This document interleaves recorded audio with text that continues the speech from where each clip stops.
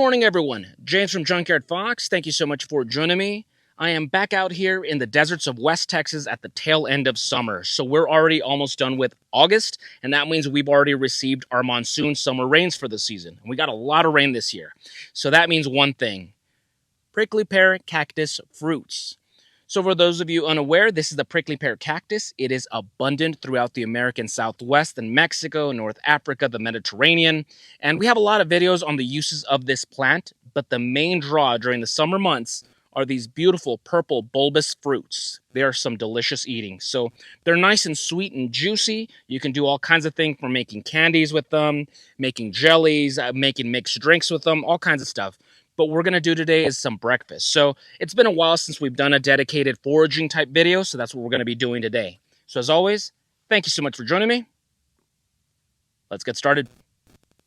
So let's gather a couple of these. Now keep in mind, you don't want to be greedy with them because the wildlife depends on this food source. Everything from javelinas, mule deer, rabbits, coyotes, all manner of insects, they all require this to survive, so let's not take too much when we can.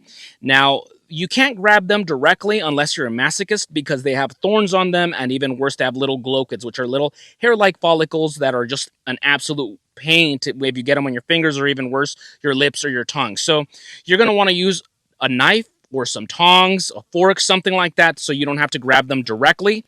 And also, use a plastic bag, something that's disposable. You don't want to put them in your haversack or something like that because those little glochids get everywhere. And a year later, you're still going to be finding them when you put your hand in there, and you're going to be pricking yourself. So, let's get our bag ready.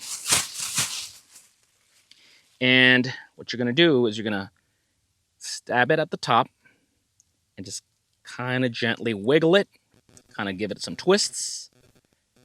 And there we go. Really nice. And these are some nice fat ones. You can see the juice is already kind of spilling out right here.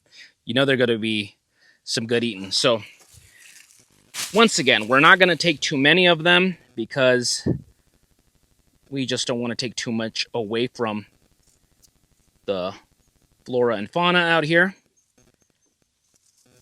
But we can take a couple. And look at that juice. Tell me that doesn't look good already.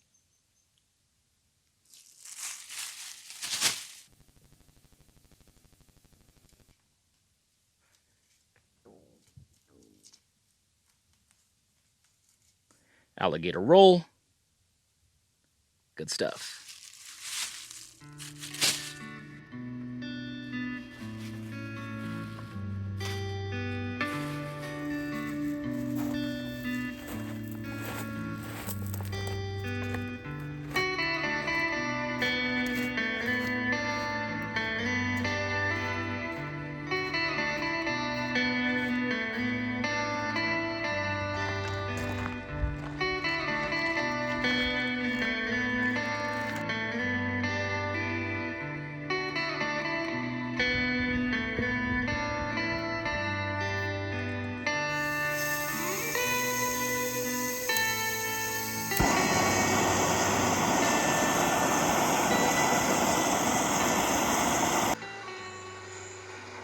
So I'm back at my campsite, and what we need right now is some flame. Now, you can make a campfire, but it is barely 8 in the morning, and it's already blistering hot. I'm not going to make things worse by getting a campfire going. So I got my gas stove going right now, and it's just going to be a nice concentrated flame. So I got one of these fruits, and look how huge they are. I mean, they got to be the largest I've ever seen in my life. They're about the length of my pinky, and I have really long fingers, by the way. And they're almost the width of it as well. So really large fruits this year. Once again, you want to burn off all the thorns and glochids that you can even see right there. So we're going to use the flame. And you could see when the flame singes and it just darkens the outer skin of the fruit.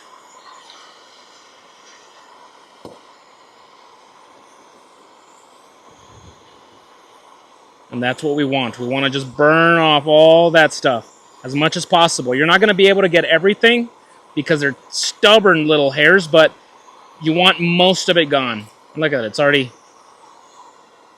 starting to juice. All right. That's good enough for me. So after this, I do have a plate over here where I'm putting my already singed ones, and let's keep going. So here we have our fruits, folks, and we're just going to go very simple. Now, I'm sure that there's still a couple of glow kids on here somewhere. They're quite stubborn, but don't worry, we don't eat the outer layer anyway. We just kind of peel it off. So once again, get your knife, and let me just kind of make long, thin strips. It's a little tricky to film this solo, but see that? And yeah, just from top to bottom.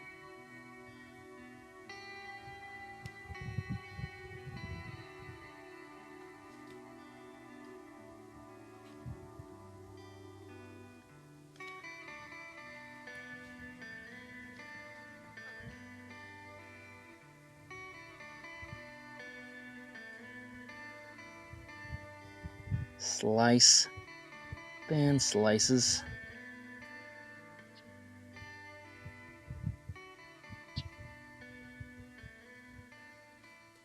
And so it's chow time, folks. Look at that juicy fruit right there. Go ahead and take a bite. Now, take a soft bite because in the middle there's a ton of seeds and they're hard seeds. You bite hard, you may chip a tooth. Just word to the wise. Also, while we're on the subject of word to the wise, you can eat those seeds, but don't consume too much of them. You can get constipated. So, you know, just take that into consideration. But let's take a taste test.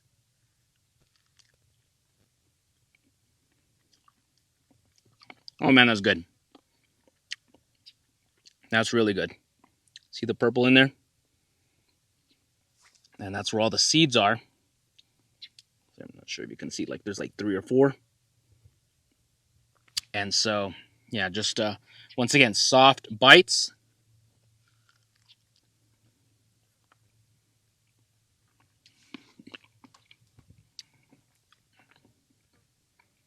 Oh yeah.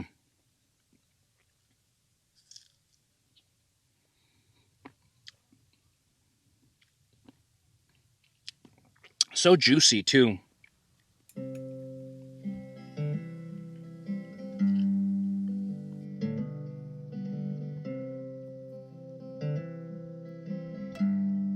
Now, if you have a table and a cutting board, this is going to be an easier way to peel off the skin. So go ahead and cut the very bottom.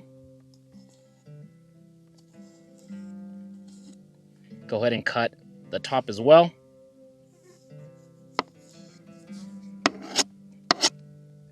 And go ahead and make a line across the body.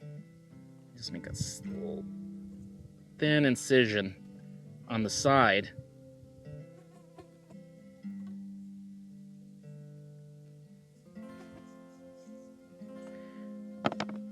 And then you can start peeling that off.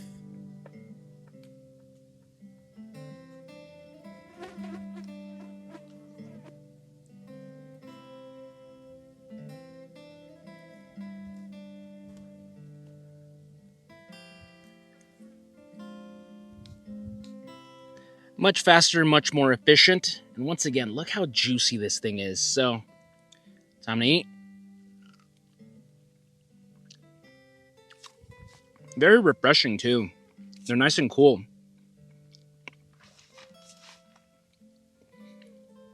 One thing I am surprised is they're not as sweet as I thought they would be. They are sweet, but they're a little more tangier than I was expecting, which is good. I don't like overly sweet things. So it's like a perfect balance. It's more refreshing than anything.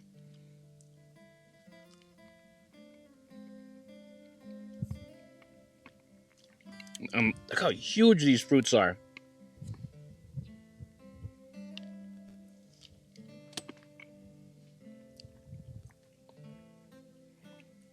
Beautiful colors. Look how juicy this thing is. And these have got to be the best cactus fruit that I've ever eaten. These are so refreshing, especially right now that it's so hot.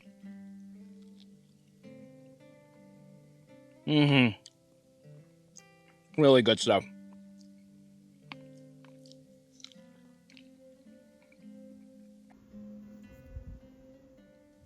Well, folks, that's about it for me. I already went ahead and enjoyed my breakfast, and once again, in my opinion, there is no beating the prickly pear cactus fruit, at least when it comes to desert foraging. During the late summer months, they grow large and plentiful. They are nice and juicy and refreshing. There's so many things you can do with them, from jellies to drinks, all kinds of stuff. And they're fairly easy to process, annoying to process, but easy to process. Now, I know that this video is going to be somewhat short, but just like I mentioned in last week's video, I had to take my cat Stringbean to the vet, and so I'm not at liberty to travel right now. So because I got to take care of him and give him his medicine, that's still happening now. So that's why I couldn't, do a camping video or something like that. Hopefully by the time this video's up, he's back to normal and I can travel. And my God, I am excited to leave Texas once again and get up to the beautiful mountains of New Mexico where it's nice and cool, because this heat and these flies are unbearable.